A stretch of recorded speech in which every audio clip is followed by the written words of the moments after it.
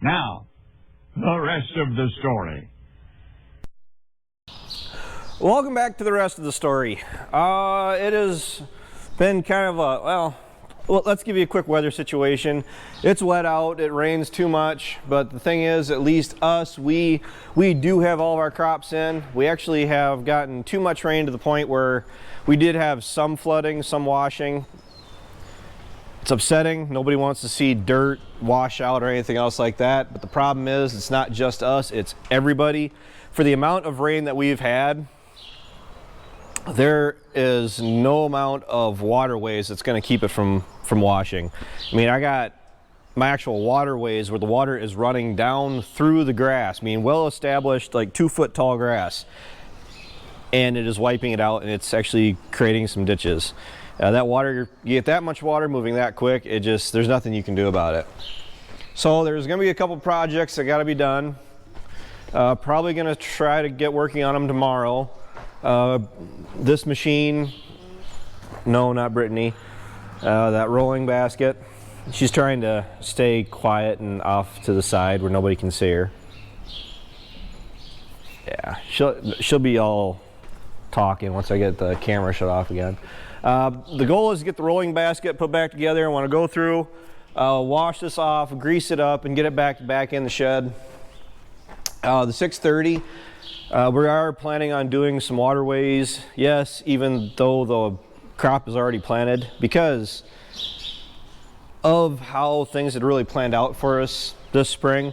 I just read a statistic that comparing, I think it was what, 93, they were comparing it to, it was another wet year, wet early spring, or wet spring. The total of days that you could actually be in the field with the wheels turning, I think was 23 days in 93, and so far in 2019 the average days that a farmer has been able to get in the field and actually work is 12. And when I actually sit and think about that, that's actually hitting it pretty close to what we actually had to work with.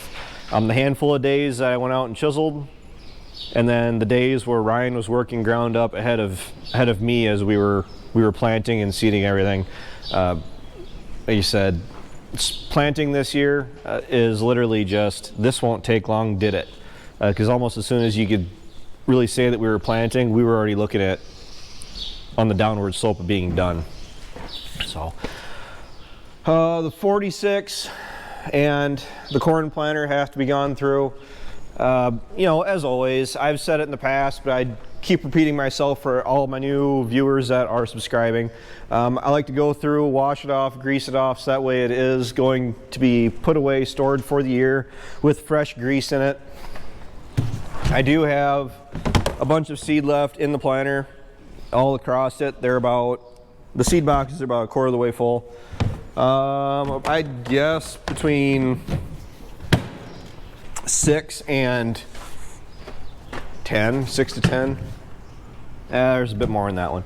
So I'm gonna say, and we're 6 to 10 bags of seed that I'm going to be pulling out of the planter, putting back into the seed bags, or some seed bags. That's this Dairyland, what, 9508, I believe. And I'm going to be reusing it next year. I'm gonna put it in the seed bags, seal it up with some duct tape, label it so I know what it is, you know, the number wise, so I can remember next year. And then I'm going to find some of my ground to go ahead and reuse this seed on. I will do a germ test on it just to make sure that, and all I really do is get a paper towel, grab half a handful of corn seed, put it in the windowsill and put some water on it, and then make sure that the corn does start to sprout and it just doesn't stay dormant. Just, you know. The harrow, we need some work done to that yet. I have to go through and work on the seed drill because, like I said, we do have some waterways that have to be put in, redone. It's kind of like an uphill battle right now as far as trying to get waterways in, because the upsetting part, the irritating part is when you go through and put waterways in, like I said, it's not just us, it is everywhere you go, where the water is running so fast that we have erosion in places where we've never had erosion before, and it's just completely sporadic. The field where parts of the field where it's actually fairly level, you can see that there was some washing. The corn and the soybeans are coming up out of the ground. I'd say all of our beans are pretty well out of the ground. I think we're out of the woods as far as having to worry about replanting. The rain, dare I say it, the last little bit of rain that we got actually did help it get popped up out of the ground for the most part. I mean, that field right there, between the corn crib and the cement silo, that is coming up really nice actually. That little bit of a green hue is, I can say that it's more soybeans than it is that little bit of alfalfa that is coming back up through. But that will get knocked out once we go through and get sprayed again. And again, you guys saw the spraying video with Andrew. That is a little bit of a challenge for this year, just trying to get everything sprayed properly, because right there with trying to have decent conditions to plant and work in the field, having the right conditions to go through the field and actually spray has been a challenge. And it has been a little bit of a thing where they are going in where it's not 100% perfect, but looking at the weather forecast, you can't hold anything against anybody for going out in the last day and a half and trying to spray what they can before it rains again. It is, yeah.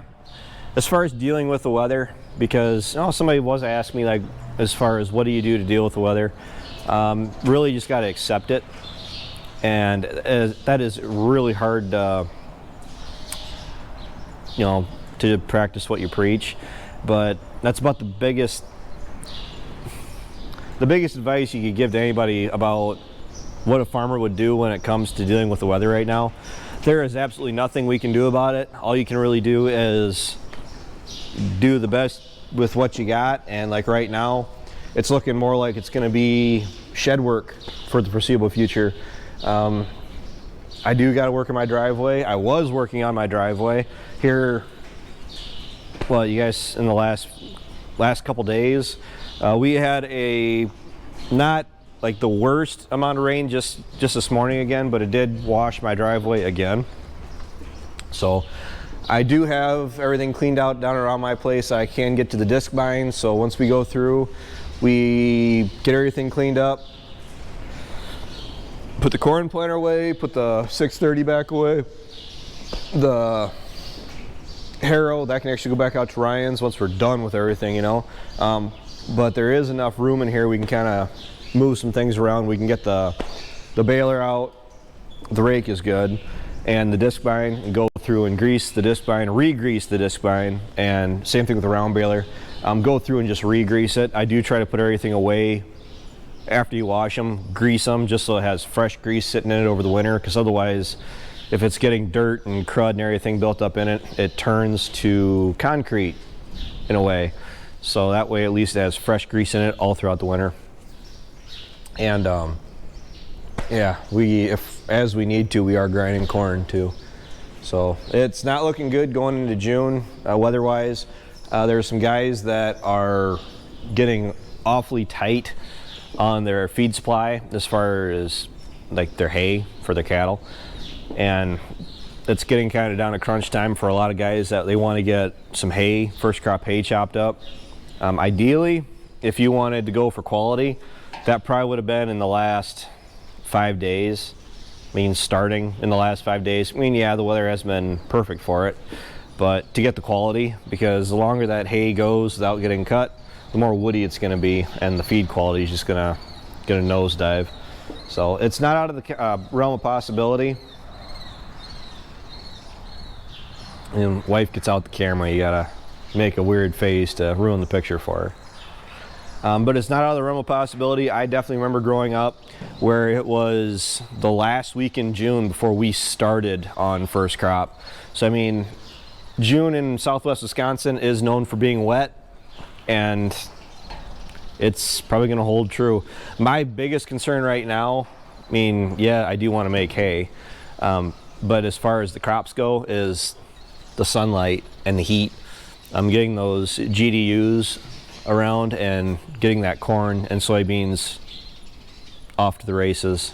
I mean, we did have some cold, crummy weather here basically the whole month of May, and that whole, like they said, knee high by the 4th of July. It's going to take some pretty impressive amounts of heat to really get this stuff growing. I was cultivating the 2nd week of June last year. I'm thinking it's probably going to be closer to the 3rd, probably the 3rd week of June at the earliest, and probably closer to the 4th of July. I might still be side dressing.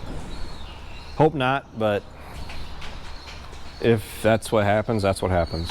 So, all right, that's kind of an update about what's been going on around here. I mean, we did work on the gator today, spark plugs. We had a bird's nest built up on one of the air intakes, and probably part of the reason why it was coughing like it was. But that is gone through and ready to be run again. And it's just maintenance and checking fence, and you know, we got calves dropping too. So, all right, thanks for watching. Thanks for tuning in. Take care, take it easy, keep in touch. I'll talk to you guys later. Goodbye.